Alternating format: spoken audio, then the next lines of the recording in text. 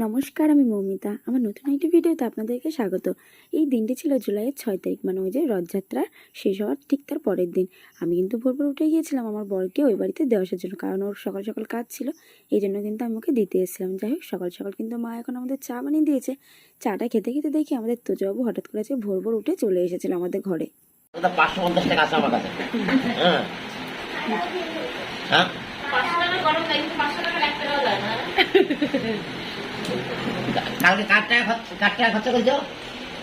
বসের টাকা কার টাকা খরচা করেছো কালকে? বস মেলা কই তার আর তো মেলা চলে গেল, এবার কি হবে? বলবা সুন্দর বানাবে, বলে দে কি আছে কি? আমাদের একটা না একটা আছে, এরপরে বিয়ে বাড়ি আছে, তারপর বাড়ি আছে, সিরাজগঞ্জ দুটো। যাই হোক, সকলের সাথে একটু গল্প গুজব করার পর আমি আর আমার বর কিন্তু এখন বেরিয়ে গিয়েছিলাম ওকে ওই বাড়িতে দিয়ে আসার জন্য। এই জন্য দেখো, আজকে কিন্তু ওকেই বলেছিলাম যে তুমি গাড়িটা চালিয়ে নিয়ে চলো, আসার সময় আমি চালিয়ে চালিয়ে চলে আসবো। এখন কিন্তু একদমই ভোরবেলা, আর দেখো উঠেছি, মানে আশেপাশে সেমন একটা লোকজনও নেই, তো এই জন্য ওকে আমি দিয়ে আসতে যাচ্ছিলাম।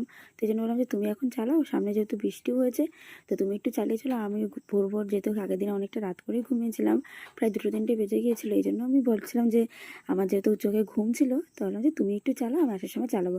তো যাই হোক, এখন দেখো আমি কিন্তু ওকে এই বাড়িতে দিয়ে আবার কিন্তু বাড়ি চলে এসেছিলাম। আর দেখো, বাড়িতে এসেই আমরা কিন্তু পিৎজা বানাবো বলে পিৎজার সমস্ত কিছু ময়দা মাখিয়ে নিয়েছিলাম আমি। এই দেখো, বোন আর আমি সমস্ত কিছু মোটামুটি পিৎজা বানানোর মতন গুছিয়ে নিয়ে এখন কিন্তু আমি স্নান করে নিয়েছিলাম। আর জানো তো, স্নান করে এখন আমি পুজোটাও দিয়ে নেবো।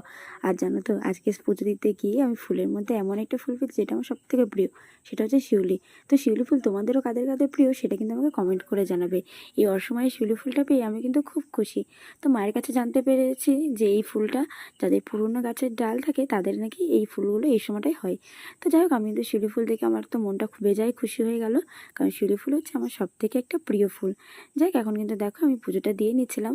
আর পুজোটা কমপ্লিট হলে আমারও আজকে আবার ওই বাড়িতে চলে যাওয়ার আছে বিকেলে।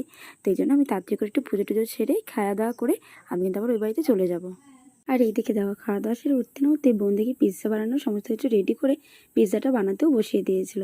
তো এখানে দেখো, তোমাদেরকে আমি একটু দেখে নিলাম যে আমাদের পিৎজাটা ঠিক কেমনভাবে কতটা কি হলো। তো যাই হোক, দেখো পিৎজাটা কিন্তু বেশ ভালোই হয়েছিল সেদিনকে। আর এখন কিন্তু পিৎজা বানানো শেষ করে, যেহেতু আমার লেট হয়ে যাচ্ছিলো, এর জন্য বোন কিন্তু বৃষ্টির মধ্যে আমাকে এই বাড়িতে দিয়ে গেছে।